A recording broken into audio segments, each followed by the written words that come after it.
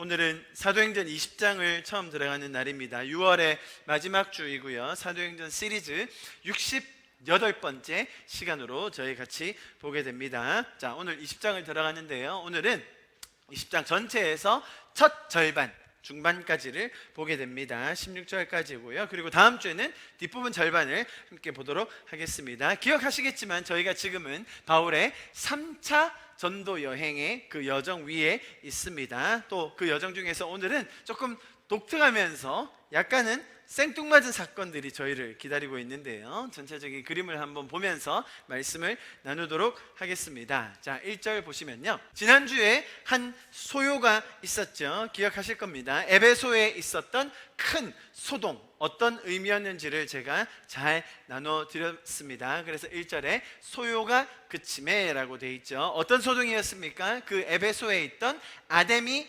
여신의 신상 모형을 만들고 또 가지고 다닐 수 있는 그런 모조품들을 만드는, 그 장식구를 만드는 세공업자들이 전체적으로 들고 일어난 그런 소동 사건이었죠. 사실은 그 도시 전체가 아데미 여신이 굉장히 중요한 역할을 하고 있었기 때문에 단순히 그 일을 하는, 직접적으로 그 신상을 만드는 사람뿐만 아니라 거기에 관련된 하청업체들이 엄청 많았다고 제가 설명을 드렸습니다. 그래서 이 소동은 단순히 지역적으로 일어난 것이 아니었죠. 바울이 전했던 그 도시 전체에 부흥이 일어나다 보니까 그 지역 산업 전체에 영향을 주었기 때문에 꽤나 큰 소동이 일어났다라고 제가 설명을 드렸습니다. 그래서 그런 부흥이 일어났을 때 어떠한 현상들이 나타났는지 성경이 잘 설명해 주고 있었고요. 저희에게 그것이 잘 안 와닿는다, 그 이유는 지금 현재 이런 부흥이 많이 일어나고 있지 않기 때문에 그렇다라는 걸 제가 설명드리면서 미국을 중심으로 한 서구 진영에 있는 그런 젠더 갈등이 어떤 양상을 띠고 있는지 제가 설교 후반부에 지난주에 좀 설명을 드렸습니다. 자, 그것도 좀 참고해 주시면 좋겠고요. 그래서 그런 소요 과정이 잘 마무리되었고 1절에 이제 쭉 다시 보시면 그 소요가 그친 후에 이제 바울은 3년 정도 머물렀던 에베소를 떠날 채비를 합니다. 1절 보십시오. 소요가 그침에 이제 그 시기가 되었다는 거예요. 그래서 바울은 제자들을 불러 권한 후에 권면했죠. 다시 한번 격려합니다. 믿음을 세울 수 있도록 그 지역에 있는 제자들을 잘 권면한 후에 작별하고 떠나 마게도냐로 가니라. 자, 사건이 결국 잘 마무리되었고 이제 바울은 떠날 채비를 하면서 이 지역을 옮겨서 다른 지역으로 가게 됩니다. 마게도냐 지방으로 가서 그 지역에 세웠던 교회들, 성도들을 만나서 또 권하고 가르치고 격려하는 일을 하는데요. 그게 2절입니다. 그 지방으로 다녀가며, 그 마게도냐 지방으로 쭉 다녀가며 그 지역이 굉장히 넓은 지역이 있습니다. 도시 하나하나 거쳐가면서 세웠던 교회들, 거기서 믿었던 성도들을 만나 다시 권면하고, 그죠? 그들을 격려했을 겁니다. 자, 그런 과정 속에서 3절 또 눈으로 보시면요, 지금까지 반복적으로 계속해서 가는 곳마다 회방을 했던 유대인들이 이번에도 자신을 해하려고 하는 것을 미리 알고는 경로를 바꿔서 움직이게 됩니다. 자, 그리고 나서 4절에는 좀 독특한 이름들이 소개되어 있는데요, 여러 명이 나옵니다. 디모데라는 한 사람을 제외하고는 사실 성경에서 그다지 비중 있게 다루지 않고 여기서 한 번 나오고 없어지는 그런 이름들이 대부분인데요. 이 사람들은 어떤 사람들이냐면 지금 바울이 다니고 있는 마게도냐 지방, 또 다른 이방 지역의 각 지역을 대표하는 성도들이었어요. 각 지역의 리더들이었죠. 지금 바울이 이렇게 지역들을 돌아다니면서 어떤 일을 하고 있냐면 예루살렘 교회, 그죠? 본부격이라고 할 수 있는 그 예루살렘 교회에 사실은 거기 믿는 성도들에게 아주 어려움이 많이 있었습니다. 아시겠죠? 유대교가 훨씬 더 중요한 비중을 차지하고 있는 그 도시에서 예수님을 믿게 된 그 성도들이 가지는 그런 어려움, 고난은 이루 말할 수가 없었습니다. 경제적인 것, 물질적인 것, 정서적인 것, 많은 필요가 있었어요. 그래서 바울이 오히려 다른 이방 지역에 믿은 교회들을 돌아다니면서 그들이 이 본부, 자신들에게 신앙을 전수해준 그 교회를 섬길 수 있도록 연보, 헌금을 걷어서 예루살렘 교회에 전달하는 계획을 가지고 있었습니다. 그 역할을 해줄 사람들이 4절에 나오는 이 사람들이에요. 각 지역마다 대표격인 역할을 하면서 그 연보를 모으는 데 있어서 중요한 역할을 했던 사람들이 4절에 나오는 이 인물들입니다. 자, 어쨌든 이 사람들이 한 번 이렇게 나오고 더 이상 등장하지는 않지만, 그러나 이렇게 성경에 본인들의 이름이 나옴으로써 굉장히 중요한 의미를 가진다라고 저희가 볼 수 있을 것 같습니다. 자, 1절부터 6절까지가 그렇게 잘 진행이 됩니다. 자, 오늘 본문 1절부터 16절까지 보았는데요. 자, 전반부가 1절부터 6절이었습니다. 그리고 세 부분으로 나뉘는데 중간 부분 빼고 또 뒷부분이 비슷한 맥락으로 진행이 됩니다. 13절부터 16절도 마찬가지인데요. 보십시오. 자, 1절부터 6절까지 봤고, 자, 이제 뒤쪽 이야기를 보는 거예요. 바울의 이동 경로, 그리고 그 이동 과정에서 있었던 일들을 자세히 기록해 놓고 있는데요. 바울은 오순절이라는 명절이 시작하기 전에 예루살렘으로 돌아가기를 원했어요. 16절 제일 마지막에 보면 보이시죠? 이는 될 수 있는 대로 오순절 안에 예루살렘에 이르려고 급히 가고 있다. 그 명절에 맞춰서 가야 거기에 많은 사람들이 모이고 또 교제하고 인사하고 또 거기서 많은 사람들을 격려할 수 있을 거기 때문에 요 기간에 맞춰서 가려고 지금 많은 경로들을 이동하고 있는데, 어떤 경로를 지나쳤는지 어떤 일들이 있었는지 아주 스피디하게 13절부터 16절까지 나와 있습니다. 여러 지명들이 나와 있는데요. 13절 보세요. 우리는 앞서 배를 타고 가서 아소에서, 그죠? 14절 바울이 아소에서 우리를 만나 우리를 배에 태우고 미둘레네로 가서, 15절 거기서 또 이튿날 기호 앞에 오고 그 이튿날 사모에 들르고, 사모가 어딘지 아세요? 그 유명한 수학자 피타고라스의 고향입니다. 아무 감흥이 없으시죠? 그 다음날 밀레도에 이르고, 아무튼 이렇게 여러 장소들을 거치면서 바울이 지금 예루살렘이라는 지금 여정의 목적지를 향해서 가고 있는 장면을 아주 자세하게 묘사해주고 있습니다. 장면이요 굉장히 긴박하게 돌아가고 있습니다.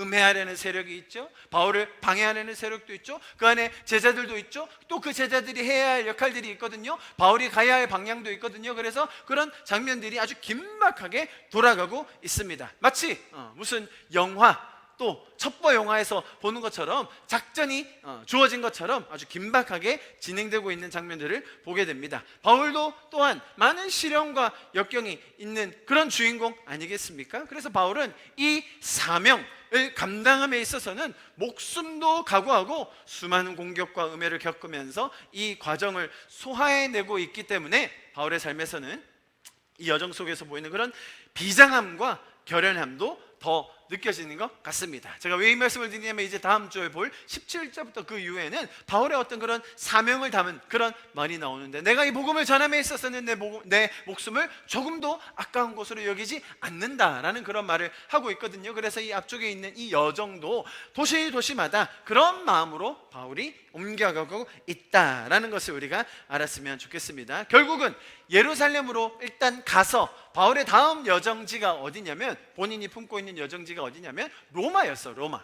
그것을 이미 19장에서 이야기했었습니다. 보십시오. 19장 21절 이 일이 있은 후에 바울이 마게도냐와 아가야를 거쳐 예루살렘에 가기로 작정하여 이르되 내가 거기 갔다가 후에는 어디요? 당시 수도, 모든 세상의 중심이었던 로마도 보아야 하리라. 또 로마서에서는 이렇게 이야기합니다. 그러므로 또한 내가 너희에게 가려 하던 것이 여러 번 막혔으니, 로마 사람들한테 편지하는 거잖아요. 로마에 가는 게 여러 번 막혔는데 이제는 이 지방에 일할 곳이 없고 또 여러 해 전부터 언제든지 서바나로 갈 때에 너희가 가기를 바라고 있었으니, 서바나가 어디입니까? 지금으로 말하면 스페인 지역이죠. 그래서 이 로마와 거기를 거쳐서 스페인까지 간다라는 그런 큰 그림을 가지고 바울은 움직이고 있음을 우리가 알 수 있습니다. 그래서 바울은 계획에 따라 많은 도시들을 거쳐가면서, 또 어려움도 있었지만 그 가운데 제자들이 생겨났고, 거치는 도시들마다 거기서 믿었던 성도들을 만나고 격려하고 하는 일을 하고 있습니다. 자, 이런 비장하고 또 긴박한 장면들, 또 가장 비중 있는 역할을 하면서 중요한 인물들을 수행하고 있는 인물들의 이야기를 보고 있는데요. 이것이 20장의 도입부라고 할 수 있습니다. 저희가 많은 이름들도 봤고요. 바울뿐만 아니라 제가 말씀드렸듯이 그런 연보를 모으기 위한 각 지역에 있는 대표자의 이름들 봤죠. 그리고 많은 지명들, 많은 정보들을 저희가 들었고, 이것들이 얼마나 스피디하고 또 긴박감 있게 진행되고 있는지를 보았습니다. 자, 이것이 오늘 본문의 전체 그림입니다. 20장 전반부에 바울이 지금 에베소를 떠나가지고 이런 과정을 거쳐서 쭉 가고 있고 중간에 어려움도 있고 또 이런 목적지를 가지고 또 이런 큰 그림을 가지고 움직이고 있구나. 이게 앞부분 뒷부분 이렇게 잘 자리 잡고 있습니다. 자, 그런데 중간에 굉장히 뜬금없는 이야기가 나옵니다. 뜬금없기는 해도 굉장히 유명하기 때문에 전혀 어색하진 않죠. 그런데 이 이야기가 이런 큰 그림 속에 있다는 것은 아마 잘 생각 못 해보셨을 텐데요. 너무나 우리가 잘 알고 있는 그 이름, 바로 유두고라는 인물에 대한 이야기입니다. 왜 유명합니까, 유두고는? 당연히 성경에서 나오는 기적 중에 가장 고급 클래스 아니겠습니까? 그래도 병이 나았다든지 아니면 어려움이 해결되었다든지 그 정도가 아니라 그 자리에서 즉사했거든요. 생명을 잃었습니다. 유두고가 떨어져서 목숨이 날아간 상태예요. 그런데 그런 죽었던 자를 살리는 기적, 그죠? 그 기적 중에 하나가 유두고고, 우리는 이 유두고라는 이름을 그래서 너무 잘 알고 있습니다. 성경에 죽었다가 살아나는 인물들이 더러 있긴 합니다. 그래도 죽었다가 살아난다는 것이 그렇게 보통 일은 아니지 않습니까? 감기가 기도해서 나았다더라, 저도 옛날에 허리 디스크가 있다가 통증이 사라졌다더라, 좋은 간증이죠. 그러나 죽은 자가 살아났다는 것에 비할 수가 있겠습니까? 그렇기 때문에 사람들이 다른 이름은 잘 몰라도 성경에 정말 많은 이름들이 있지만 유두고는 아마 대부분 아실걸요?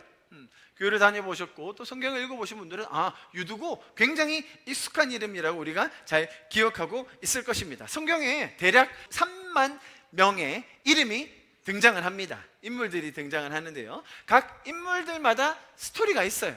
또 우리에게 주는 메시지가 있고 우리가 이렇게 연결되는 접점, 또 우리가 배워야 할 것들이 많이 있습니다. 그 인물들의 이름만 들어보아도 뭔가 우리의 삶을 다시 돌아보게 되고 또 신앙을 다잡게 하는 그런 인물이 있는가 하면, 그죠? 예를 들면 다니엘 딱 들으면 뭔가 그 결의와 비장함 느껴지지 않습니까? 또 어떤 인물은 이름만 딱 들어봐도 그 구구절절한 인생의 이야기들이 생각나고요. 예를 들면 야곱 같은 사람, 지렁이 같은 이 인생 느껴지잖아요. 또 어떤 이름은 듣는 순간 그 사람의 별명이 딱 떠올라요. 저는 요셉 하면 뭐가 떠오릅니까? 꿈꾸는 자. 그러면서 마치 뮤지컬의 한 장면 같은 그의 인생이 쫙 펼쳐지지 않습니까? 자, 그렇다면 그렇게 많은 성경의 인물들, 이름들, 그의 삶의 스토리들, 또 우리에게 주는 메시지들이 있는데, 자, 그렇다면 오늘의 주인공, 성경에 이런 긴박한 바울의 여정 한가운데 정말 생뚱맞게 있는 이 사람 유두고라는 이름을 떠올렸을 때 여러분은 어떤 느낌이 드십니까? 유두고. 자, 오늘 본문이 좀 길어서 또 지명도 많아서 사실 눈에 잘 안 들어오셨을 겁니다. 그렇다면 오늘 유두고가 나오는 장면만 다시 한번 읽어봅시다. 자, 읽어보면서 나는 지금까지 유두고라는 인물에 대해서 어떻게 생각하고 있었는지 여러분 스스로 한번 점검해 보셨으면 좋겠습니다. 아시겠죠? 7절부터 11절인데요 같이 읽겠습니다. 유두고가 왜 이 중간에 뜬금없이 생뚱맞게 나와 있고 나는 유두고에 대해서 어떻게 생각하고 있었는지 한번 점검해 보세요. 시작.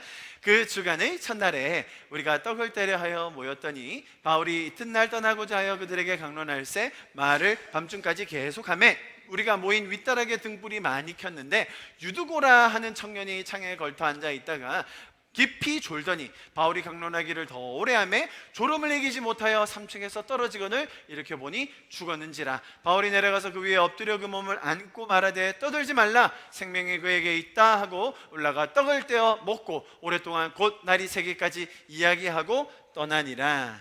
아멘. 이 글을 적은 저자가 누가 의사였거든요. 그래서 유두고가 딱 떨어지는 순간 의사 누가가 바로 사망 판정을 내렸어요, 사실은. 그런데 이 바울이 갑자기 이 형님이 오셔가지고 살아있다고 하니까 약간 누가도 당황했을 것 같아요. 분명히 죽었는데. 왜냐하면 신학자들도 이거에 대해서 약간 의견이 분분했어요. 너무 급하게 살아났거든요. 다른 인물들이 뭐 나사로 같은 경우 막 사흘을 무덤에 있다가 막 냄새가 나고 그랬잖아요. 뭐 그런 인물, 아니면 야이로의 딸이라든지 뭐 이렇게 멀리 떨어진 기간이 좀 있는 게 아니라 딱 떨어지자마자 바로 살아나는 그런 장면이어서 이거 죽은 거 아니라 기절했던 거 아니냐라고 하시는 분들이 더러 계시지만 누가의 의사의 그 자격을 또 의심하시면 안 되는 거죠. 아시겠죠? 의사가 다 보니까 확실히 숨이 멎었었어요. 자, 이런 상황입니다. 이런 상황들이 지금 펼쳐지고 있는데, 성경의 인물들, 제가 아까 소개해드렸던 것처럼 이미지가 있고 또 그 인생을 통한 우리에게 주시는 메시지, 그 각자의 인물들이 누렸던 하나님과의 관계 뭐 많이 있지 않습니까? 자, 그렇다면 유두고는 우리에게 오늘 이 본문을 통해서 어떤 메시지를 주고 있는 걸까요? 일단 기적적인 측면만 본다면 일반적으로 사람들은 이런 식으로 이야기를 많이 하죠. 하나님은 어떤 자도 살리실 수 있다고요? 병, 질병, 아픔, 고통, 죽은 자도 살리신다. 말씀드렸듯이 기적의 강도, 기적의 수준으로만 보면 최상위급입니다. 유두고가 경험했던 그 기적은 다른 사람이 쉽게 경험할 수 없는 것입니다. 그래서 하나님께서는 어떤 일이라도 하실 수 있는 분이시다라는 것을 강조하기 위해 이런 부분이 있다라고 생각하는 경향이 커요. 네, 물론 이런 기적적인 면으로 볼 때 다른 것과 비교할 수 없는 어마어마한 기적입니다. 우리가 지금 보고 있는 이 3차 여행 과정에서 직전에 있었던 에베소에서도 굉장히 많은 기적과 이적들이 일어났습니다. 심지어 뭐라고 되어 있었죠? 심지어 바울의 손수건과 앞치마만 가져가도 병자가 낫고 귀신이 내어 쫓아졌다라고 말했거든요. 자, 그런 면에서 볼 때 지금 이 3차 전도 여행도 점점 막바지로 가고 있는데 그 기적들이 점점 더 더해지면서 수위로 올라가면서 이 유두고 사건에서 뭔가 정점을 찍은 게 아닌가? 이 기적에 있어서 이 기적의 최고 클라이막스를 보여준다, 뭐 그렇게 이야기하시는 분들도 있습니다. 자, 그런 기적의 연장선상에서 오늘 본문도 하나님은 기적을 베푸시는 분이시다, 살려주시는 분이시다, 이런 것들을 강조하기 위한 장면으로 오늘 이 본문도 볼 수 있지 않을까요? 자, 그런 의미에서 그렇다면 제가 이런 질문 한번 드려보겠습니다. 자, 유두고, 우리가 이름은 잘 알고 있죠. 너무 잘 기억하고 있는데 유두고의 직업이 뭔지 아십니까? 유두고는 어떤 일을 하는 사람이었을까요? 뭐 단순히 청년이었다라는 것 정도는 우리가 기억합니다. 그런데 뭐 어떤 분도 유두고는 뭐 하는 애였지라는 관심을 가지지는 않았던 것 같아요. 그게 떨어져서 죽은 애, 그 예배 시간에 졸지 말라고 그렇게 이야기를 했건만 그렇게 꾹뻑 졸아가지고 떨어져서 죽은 애, 그 정도지. 우리가 여러분 유두고 입장에서 이 본문을 바라보신 적이 있습니까? 그러니까 예배 시간 졸지 말라고 했잖아. 예배 시간 조는 거는 사단의 역사, 귀신의 역사야. 저희 어머니가 저희 아버지한테 항상 매주 하시는 말, 조는 거는 귀신의 역사라고. 심지어 여러분 어떤 목사님들 그렇게 얘기하세요. 그거 봐라, 예배 시간에 졸면 이런 치명적인 저주라고 하면 좀 너무 심하니까 징벌이 있다고. 예배 시간에 졸면 안 돼요, 깨우세요.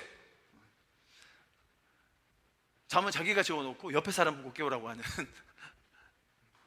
정말로 이 본문이 예배 시간에 졸면 안 된다, 예배 시간에 조는 건 귀신의 역사다, 이렇게 얘기하는 분들이 꽤 많이 있다는 거예요. 자, 그렇게 이야기하는 그 시선의 중심에는 유두고를 정죄하고 유두고를 판단하고, 마치 나는 전혀 상관없는 사람인 양 제3자로서 이 유두고 저거 말이야, 집중도 못하고 열심도 없고 마음에 사모함도 없고 예배를 좀 집중해가지고 갈망함을 가지고 들어야지, 저렇게 졸고 자빠졌으니 하나님이 좋으셔서, 바울이 능력이 있어서 살려주셨으니 망정이지, 유두고 저거 안 돼.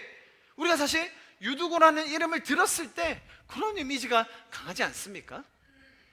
뭔가 안 될 놈, 사모함도 없고 예배 은혜를 받을 준비도 안 돼 있고 저 뒤에 창가에 걸터 앉아가지고 말이지, 저 앞자리에 가서 앉아가지고 아멘 하면서 들어야지, 저러면 안 된다고. 정말 예배의 가장 안 좋은 자세의 전형, 예로 항상 나오는 그런 인물이 유두고였던 것 같습니다. 자, 지금 이 장면, 우리가 그렇게 유두고를 손가락질 하곤 했었는데요, 오늘은 제가 여러분에게 한번 제안 드리고 싶어요. 유두고 입장에서 오늘 이 본문을 한번 보자고요. 여러분, 제가 오늘 설명드렸던 이 전반부에 나왔던 그 중요한 역할을 했던 그 사람들의 이름이 사실 성경에 한 번밖에 안 나오지만 기록이 돼 있었습니다. 그런데 그 사람들의 이름들 지금 여러분 기억나세요? 디모데 말고? 저도 기억이 안 나요. 그런데 유두고는 우리가 다 기억해요. 불쌍한 놈으로, 말 안 듣는 놈으로. 유두고의 이야기도 사실은 오늘 본문이 한 번이 끝입니다. 그러나 우리 모두에게 알려진 그 이름, 그리고 성경에 굳이 여기 여러분 사람들이 많이 있었거든요. 바울이 이 지역에 와서 말씀 전할 때 거기에 꽉 차 있었습니다. 그때 한 명 이름이 기록되어 있는데 그게 유두고예요. 뭔가 의미가 있지 않았을까요?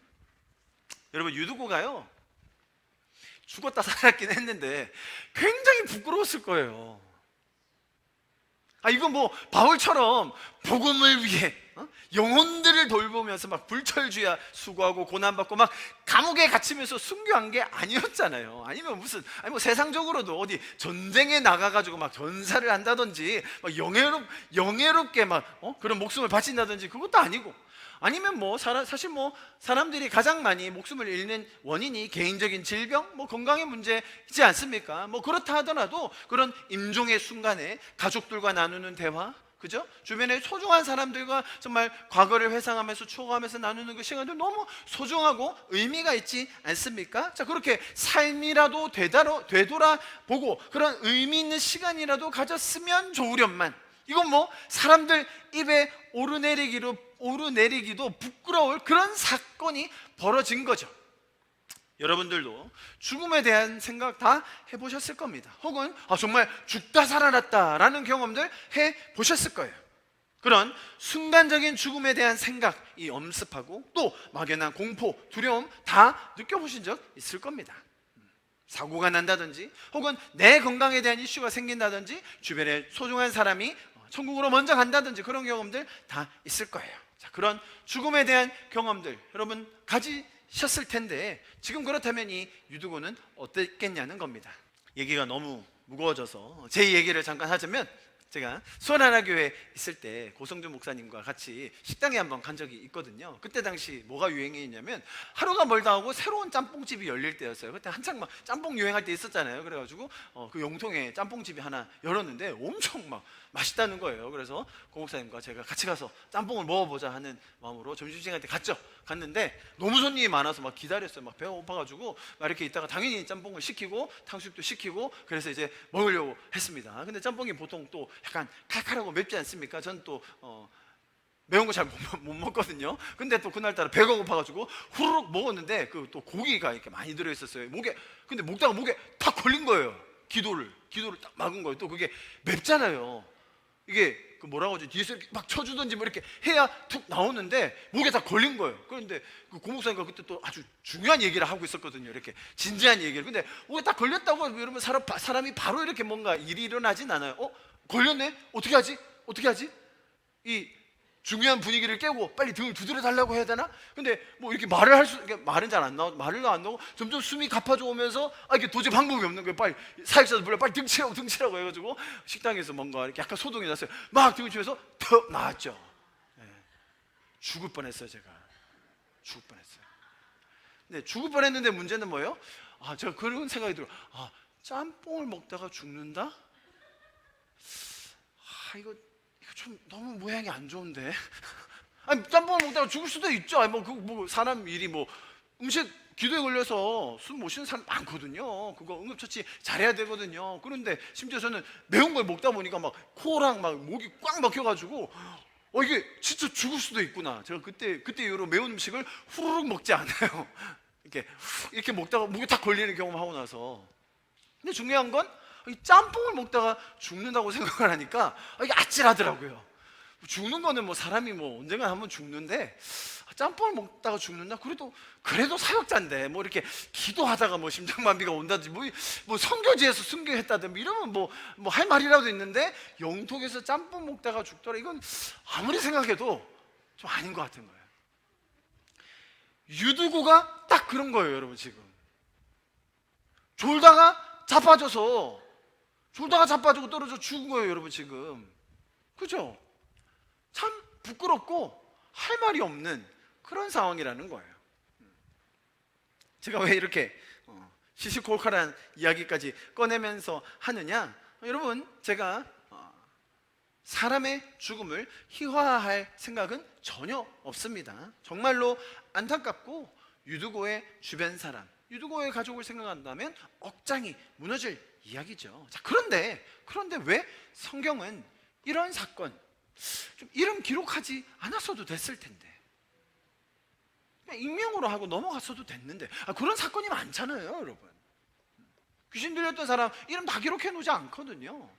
병이 나왔던 문둥병자들 이름 다 기록해 놓지 않거든요. 그런데 유두고는 유독 이름까지 기록해 놔서 우리가 뭔가 사람을 놀릴 때 그렇게 예배 시간에 졸다가 유두고 꼴나, 안돼. 왜 이렇게 성경이 기록해 놓았을까요? 자, 유두고가 어떤 일을 하던 사람이었는지에 대한 근거가 여기 나옵니다. 보십시오. 12절. 사람들이 살아난 청년을 데리고 가서 적지 않게 위로를 받았더라.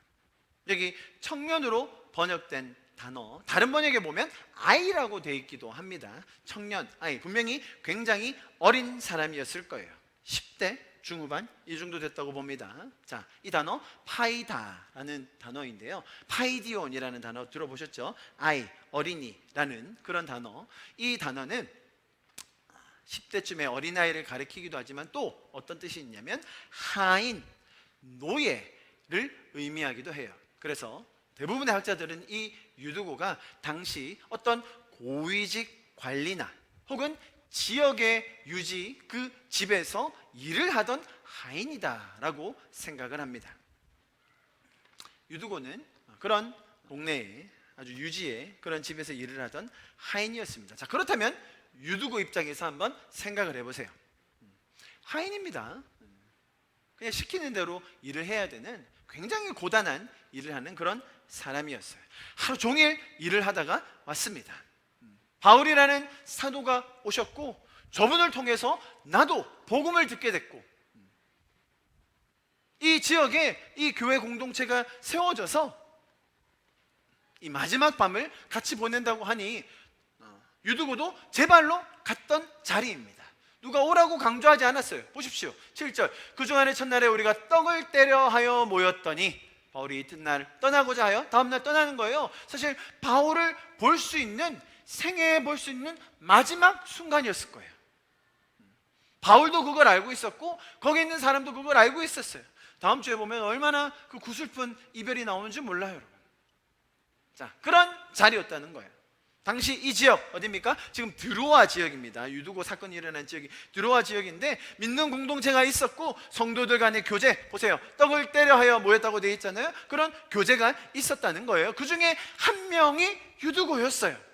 여러분, 복음이 참 아름다운 겁니다. 계층에 상관없이, 나이에 상관없이 이렇게 믿는 성도들 간에 모여서 떡을 뗄 수 있는 그런 공동체가 이 드로아 지역에 생겼다는 거예요. 바울이 왔기 때문에 정말 마지막일지 모른다는 그런 심정으로 같이 모여서 오죽했으면 이날 밤을 샜어요, 여러분. 그렇게 기록되어 있거든요.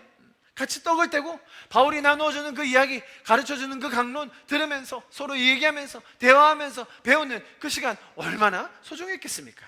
자, 그렇게 말씀을 사모하는 마음으로 제 발로 온 사람이 유두고였다는 거예요. 자, 그 방에 사람이 가득 찼어요. 그래서 자리가 부족했던 겁니다. 유두고는 하인이라는 전한 일을 하는 사람이었습니다. 몸이 더러웠을 거예요. 더군다나 나이도 어리기 때문에 자기가 스스로 제일 뒤 창가에 가서 걸터 앉았던 거예요. 9절 이렇게 나와 있죠. 유두고라는 청년이 창에 걸터 앉아 있다가 이렇게 돼 있죠. 아마도 유두고는 낮에 쌓인 피로가 상당히 컸을 거예요. 여러분, 아무리 천하장사라도 졸음을 이기긴 어렵죠. 저절로 막 눈꺼풀이 내려오면서 막 도저히 눈이 떠지지 않는 그런 경험들 다 한 번쯤 해보시지 않았습니까? 자, 그런데 얼마나 사람이 많았는지 그리 넓지 않는 공간을 가득 메우게 됐죠. 자, 그리고 당시에 지금 이게 밤이었는데요, 뭐 전기가 있겠습니까? 서로 보면서 이야기해야 될 거 아닙니까? 그러니 등불을 써서 밝혔어요. 보세요, 8절입니다. 우리가 모인 윗다락에 이렇게 성경이 정확하게 명시를 해줬어요. 등불을 많이 켰다는 거예요. 당시 등불은 뭘로 켰을까요? 기름을 뗐겠죠. 뭐 전기가 있었겠습니까? 기름을 떼면 그 좁은 공간에 공기가 점점 탁해지고 기름이 연소하면서 매운도 났을 거고 산소는 점점 줄어드는 그런 상황이었다는 거예요. 그러니 유두고 입장에서 보면 몸은 너무 피곤하고 말씀은 사모하여 그 자리에 스스로 갔지만 제일 뒤에 앉아가지고 말씀을 드리려고 하는데 너무 피곤한 몸과 그 삶의 무게, 또 거기에 있던 그런 모든 분위기가 유두고가 졸 수밖에 없는 그런 상황으로 몰고 갔다는 겁니다. 당시에 당연히 이렇게 밤에 모이는 문화는 없었습니다, 여러분. 지금도 시골에 가면 어두워지면 그냥 다 자는 거예요. 밤에 불 켜놓고 뭐 하지 않습니다. 왜? 해 지면 자고 해 뜨면 일어나는 것 아니겠습니까? 그런데 오늘은 정말 특별한 날이었기 때문에 이렇게 등불을 많이 켜서 환하게 하고 밤을 지새면서 얘기하는 그런 시간이었습니다. 자, 그런 정황 속에서 유두고가 잠을 이기지 못하고 졸았고 떨어져서 정말 안타까운 생명을 잃게 되었습니다. 참 불운하고 어찌 보면 안타깝고 불행한 죽음이라고 밖에 보여지지 않습니다. 명예롭거나 영광스러운 죽음이 아니죠.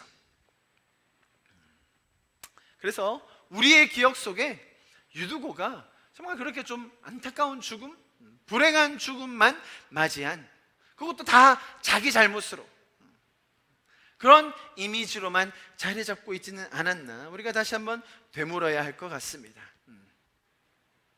괜히 설교 시간에 졸아가지고 죽었긴 했는데 그래도 하나님이 기적적으로 살려주셨다, 역시 하나님은 기적을 일으키시는 분이시다, 거기에서만 머물지 말자는 거예요. 자, 그런데 여러분, 성경의 표현을 보면요 좀 독특한 것이 있는데 보세요. 바울이 강론하기를 더 오래 하며 졸음을 이기지 못하여, 자, 그 다음에 어떻게 연결되어 있느냐, 이기지 못하여 3층에서 떨어지거늘 일으켜 보니 죽었는지라. 자, 9절 지금 제가 보고 있어요, 그죠? 10절, 자, 죽었어요. 9절에서 죽었어요. 10절, 바울이 내려가서 그 위에 엎드려 그 몸을 안고 말하되 떠들지 말라, 생명이 그에 있다 하고 올라가 떡을 떼어 먹고 오랫동안 곧 날이 새기까지 이야기하고 떠나니라. 희한하게 성경의 표현을 보시면 이 유두고의 죽음의 상태를 되돌리는 이 부분의 표현, 서술이 굉장히 심플해요.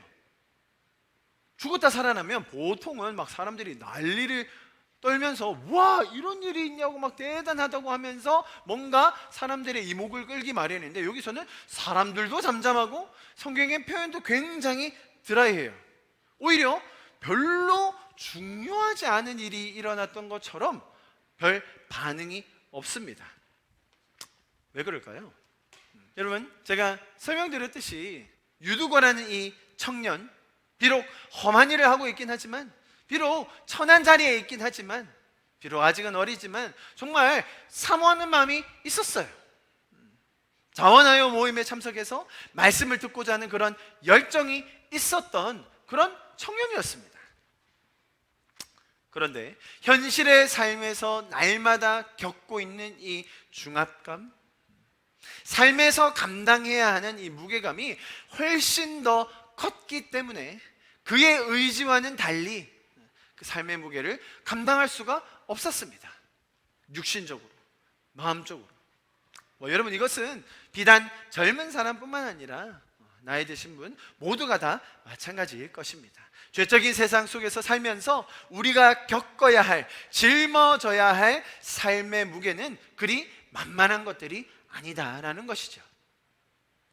여러분, 그것뿐이었겠습니까? 유두고도 이제 예수님을 알게 되고 말씀을 듣게 되고 말씀을 사모하는 마음으로 정말 성도로서 이렇게 살아가려고 하는데, 단순히 성도로서 사는 것뿐만 아니라 유두고라는 이 청년도 사실 바울의 메시지를 들어보면 바울이 가르쳐준 그 말씀을 따라 살려고 하면 정말로 성도로서 좋은 영향 끼치고 싶거든요.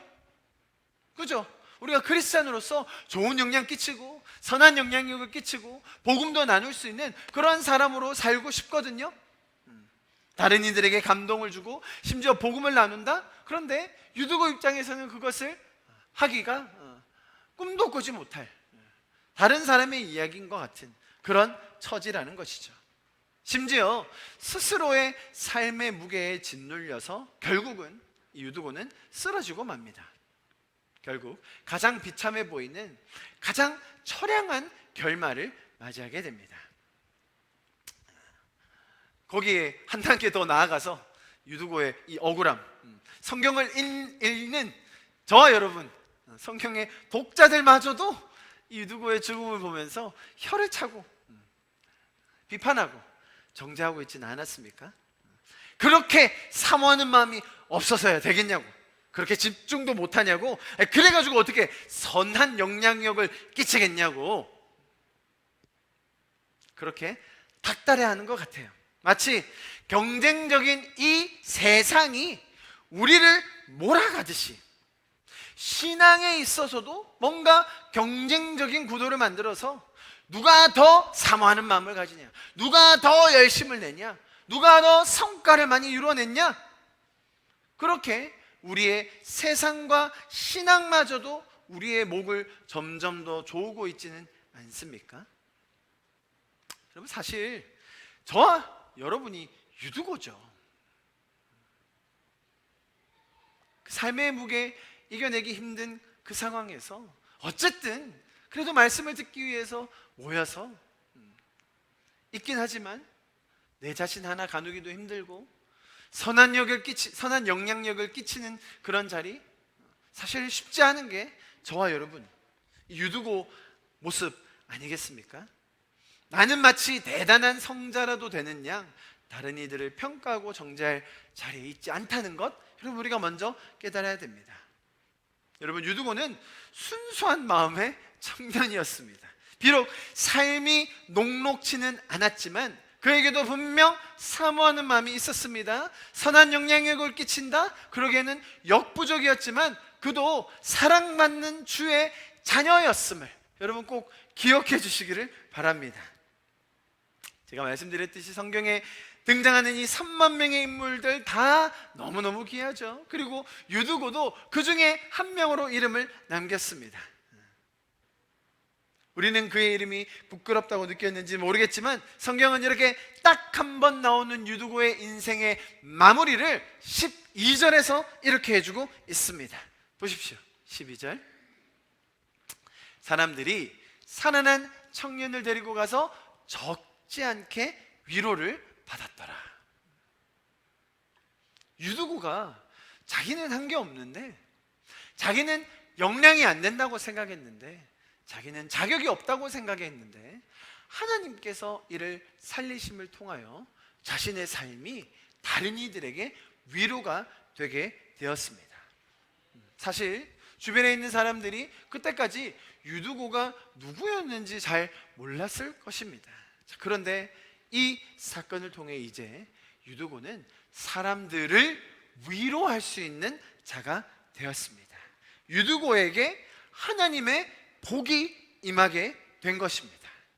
그의 삶의 무게는 그를 절망으로 몰고 갔지만 하나님께서는 그 어두운 그의 인생의 일마저도 선용하셔서 복이 되게 하셨다는 것입니다.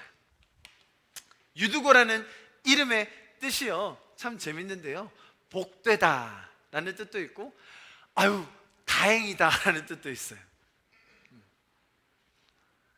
유두고가 예수님 믿은 게 참 다행이에요. 유두고가 기록되어 있는 게 우리에게도 다행이에요. 유두고가 있음으로써 우리가 하나님의 복을 더 알게 돼요. 우리는 우리 각자의 죄성과 각기 제갈 길로 가는 이 여리고 악한 마음들 다 가지고 있는 자들입니다. 그로 인해 나타나게 되는 수많은 문제들, 어려움들, 아픔의 시간들, 그것들을 다 없앨 수 없죠. 그 와중에 하나님은 그런 어려움과 시련과 어둠의 그런 과정 속에서도 우리가 복될 수 있도록 하나님을 믿고 따르며 그분과 함께하는 삶이 정말로 다행인 것을 알게 하는 그 일하심을 오늘 유두고를 통해 보여주심으로써 그분은 쉬지 않고 일하고 계신다라는 것을 우리에게 보여주고 계신 것입니다. 우리 안에 있는 이 신앙의 은혜, 하나님이 우리를 복되게 하신다는 그 말씀, 하나님이 우리에게 복을 주심으로 말미암아 나는 자격이 없지만, 나는 역량이 부족하지만 그럼에도 불구하고 내 삶을 통해 다른 이들에게도 위로가 전해질 수 있는 그 복, 하나님이 일하셔서 우리를 살려주시고 그 살려주신 은혜로 말미암아 우리가 기뻐할 수 있는 그런 은혜, 이번 한 주에 여러분 삶 가운데 충만하실 수 있기를 간절히 기도합니다. 할렐루야, 아멘. 이 시간 좀 말씀을 마무리하면서 찬양하고 기도함으로 예배를 마무리하면 좋겠는데요. 상한 갈대 꺾지 않으시는 꺼져가는 등불 끄지 않네 그 사랑 변함없으신 거짓없으신 성실하신 그 사랑 아버지 사랑 내가 노래해, 아버지 사랑 내가 노래해 아버지 은혜 내가 노래해 그 사랑 변함없으신 거짓없으신 성실하신 그 사랑 상한 갈대 꺾지 않으시는 꺼져가는 등불 끄지 않는 그 사랑 변함없으신 거짓없으신 성실하신 그 사랑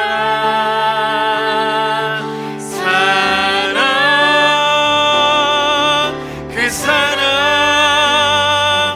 날 위해 죽으신 날 위해 다시 사신 예수 그리스도 다시 오신 그 사랑 죽음도